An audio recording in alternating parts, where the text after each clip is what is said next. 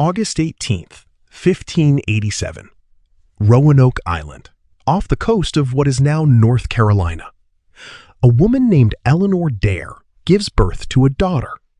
They name her Virginia, the first English child born in the Americas. Her grandfather, an artist and mapmaker named John White, leads the colony. 115 men, women, and children sent by Sir Walter Raleigh to build a permanent English foothold in the New World. This is not the first attempt. 2 years earlier, a garrison of soldiers under Ralph Lane had tried and failed, driven out by hunger and by conflict with the local Roanoke people, rescued in 1586 by Sir Francis Drake's fleet after their own resupply ship never arrived. White's colonists inherit that same fragile ground. Supplies run low within weeks. The nearest resupply lies 3,000 miles away, across an ocean that takes months to cross.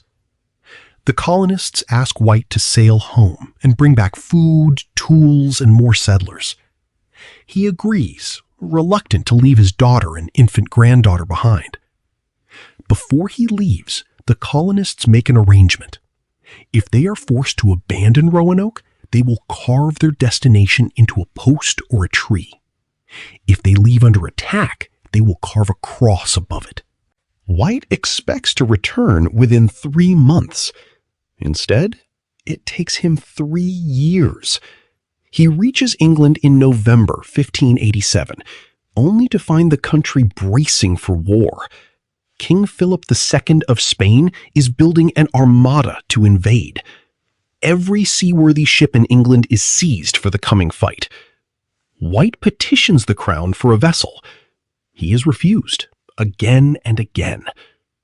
By the summer of 1588, the Spanish armada sails, and England fights for its survival. White finally secures 2 small ships, but privateers commandeer them for plunder before they clear the English coast, and he is forced back to shore. 2 more years pass before he can raise funds for a proper voyage. He does not reach Roanoke again until August 1590, sailing in on his granddaughter's 3rd birthday. What he finds is silence. The houses stand, but the people do not. The colonists have vanished, leaving no bodies, no signs of a struggle, no fire, no wreckage. Their tools and possessions have been carefully packed away, some buried, as though the departure was planned rather than forced. On a wooden post at the entrance to the settlement, White finds one word carved into the wood: Croatoan. On a nearby tree, just the first 3 letters, C-R-O. There is no cross above either carving. By the agreement made 3 years earlier, that absence should mean the colonists left in peace, not under attack. Croatoan is the name of a nearby island, and the name of the native people who live there, allies of the English since White's earlier expedition. White wants to sail there immediately to search for his family, but a hurricane is closing in. His anchor cables snap in the storm. His ship is damaged, and his crew, low on food and water, refuses to risk the crossing. White is forced back out to open ocean, then back across the Atlantic to England, never setting foot on Roanoke again.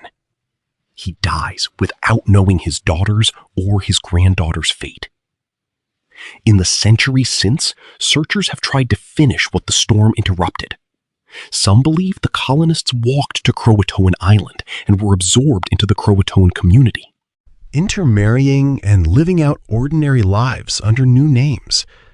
Early English explorers, decades later, reported meeting native people with gray eyes and accounts of ancestors who wore clothes and could read from books, details that fit no other explanation so cleanly. Others believe the colonists moved inland toward the Chesapeake Bay, chasing better land and fresh water, only to be killed years later by Powhatan's forces before Jamestown was even founded. A third theory points to Spain. Spanish patrols were sailing the Carolina coast in those years, hunting for exactly this kind of English foothold to destroy. A fourth points to nothing more dramatic than drought and starvation, a die-off with no one left to carve a warning. Archaeologists have spent decades testing each theory against the dirt. Digs on Hatteras Island, the modern name for Croatoan, have turned up English rapiers, gun parts, and a signet ring buried among native artifacts, physical evidence that some of the two groups lived side by side.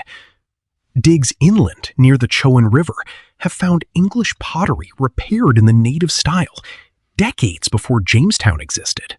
No mass grave has ever surfaced. No wreck, no skeleton, no final letter.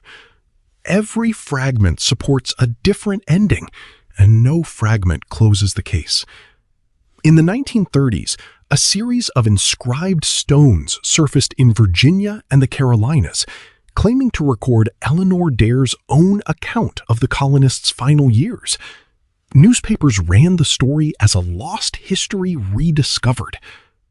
Later analysis exposed most of the stones as forgeries, likely carved to profit from the mystery itself, and the case grew murkier rather than clearer.